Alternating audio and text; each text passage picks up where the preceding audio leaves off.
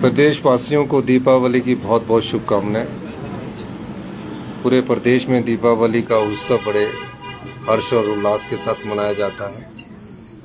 प्रत्येक परिवार के घर में खुशियां आए, इस प्रकार की शुभकामनाएं हम हिमाचल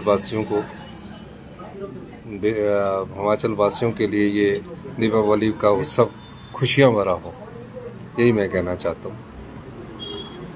सर एक सोशल मीडिया पे बड़ी चर्चा हो रही है सर प्रदेश अध्यक्ष के नाम को लेकर। असल वास्तविक स्थिति क्या है, कब तक ये चयन जो है हो जाएगा, प्रदेश अध्यक्ष कब तक बनेगा? देखो, जब प्रदेश अध्यक्ष बन जाएगा तो मैं आपको सूचना दे दूंगा। अब सोशल मीडिया की चर्चा पर तो मैं जाना नहीं चाहता। सोशल मीडिया में किस प्रकार की चर्चा होती है, क्योंकि सोशल मीडिया की चर्चाएं जो है ना, वो सभी सत्य नहीं होती है। तो कुछ में सच होता है, कुछ में सोशल मीडिया में कई प्रकार की बातें चलती है।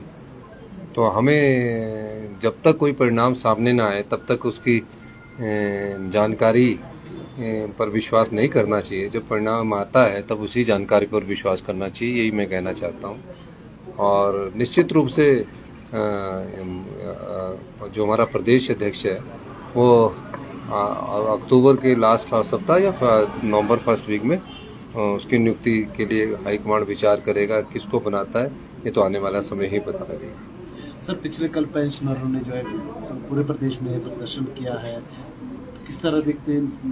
नहीं, पेंशनरों का प्रदर्शन बहुत ठीक बात है। जो है प्रदेश पेंशनरों ने प्रदर्शन अपनी मांगों को लेकर किया है, ठीक कहा उन्होंने। ये हमारा डीए का एरियर है और उसमें निश्चित रूप से पिछली भारतीय जनता पार्टी की सरकार जब जयराम जी की थी, उस समय भारतीय जनता पार्टी को 50,000 करोड़ रुपया ज़्यादा मिला और जो आरडीजी थी उस समय उनको 10,000 करोड़ रुपये मिली और हमें अभी इस साल 3,000 करोड़ रुपये है। उनकी बात जायज़ है। हमने 75 साल से ऊपर का पूरा डीए दे दिया है, 70 साल से ऊपर का हम डीए दे रहे हैं। अब थोड़ी सी उसकी 80-90 करोड़ की किश्त रह गई है। हमने कहा है कि बजट में उसका प्रोविज़न किया है, उसको देंगे। और जो भी पेंशनर जो हमारे हैं, हमारे प्रदेश के वरिष्ठ नागरिक है, हम उनका मान सम्मान करते हैं, उनकी भावनाओं की कदर करते हैं।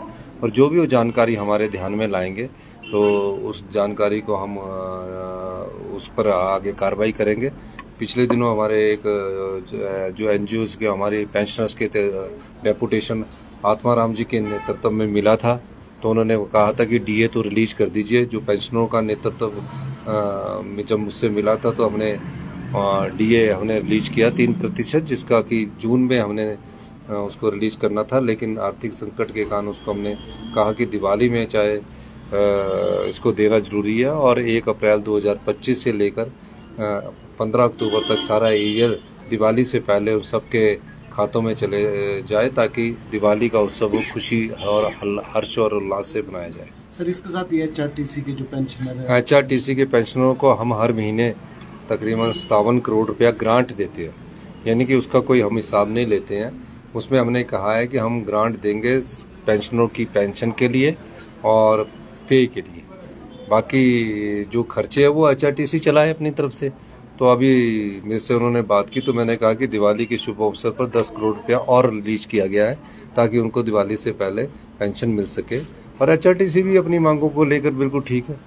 हमारे जो पेंशन्स है वो बेचारे सफ़र कर रहे हैं, ड्राइवर, कंडक्टर्स और वो उसमें बहुत हैवी स्टाफ भर दिया गया है। पर मैं तो ये कहना चाहूँगा कि एचआरटीसी जो है उसके हम स्ट्रेंथन करने की कोशिश कर रहे हैं, और ताकि वो अपने पैरों पर खड़ा हो सके। इस दृष्टिकोण से अभी थोड़े समय में कष्ट है, लेकिन आने वाले समय में इस कष्ट को हम दूर करेंगे।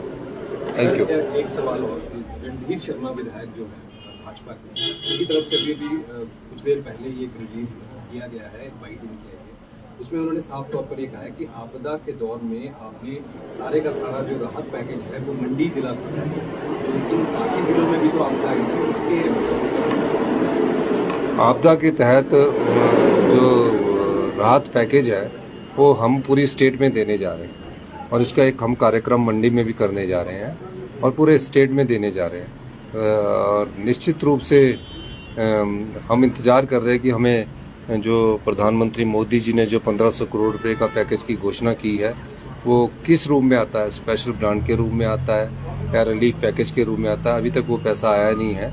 तो जैसे ही आएगा तो उसके बाद हम सारे कार्यक्रम करने की सोच रहे थे। अगर वो पैसा अभी तक नहीं आता, किसी कारणवश उसमें देरी होती है, तो भी हम आपदा राहत परिवारों को, हम मौसम खुल गया है, घर बनाने के लिए 7 लाख देंगे, 70,000 बर्तन और जो उनके सामान बह गया उसके लिए देंगे।